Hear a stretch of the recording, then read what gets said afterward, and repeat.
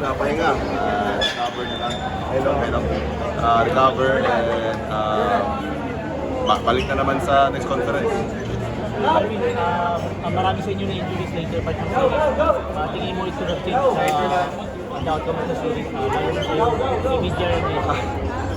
Wala talagang magagawa sa mga ganun eh. Talagang accident may happen anytime, anywhere, to anyone natin. And ako naman, talagang pinilit ko lang ngayon. Thankful pa rin ako kasi nga, sabi ko nga sa mga kasama ko na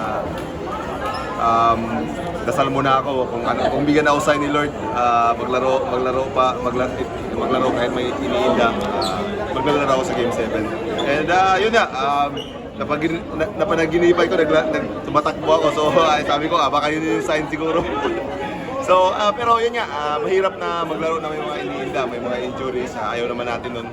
Pero yeah, hats off to Barangay Ginebra, talagang napakaganda ng laban.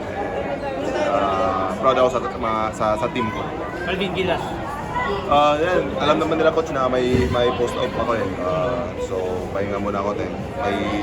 May calf strain pa ako nung sa game 4 pa to. So, pahinga, recover muna. So, hindi ka maglaro? So, for this window, for sure. ang tuloy wala ka sa Wala.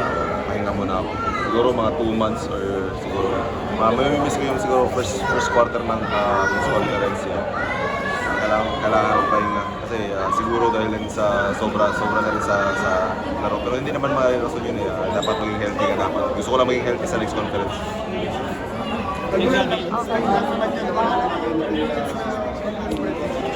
Mayroon talaga, may puro grade 1.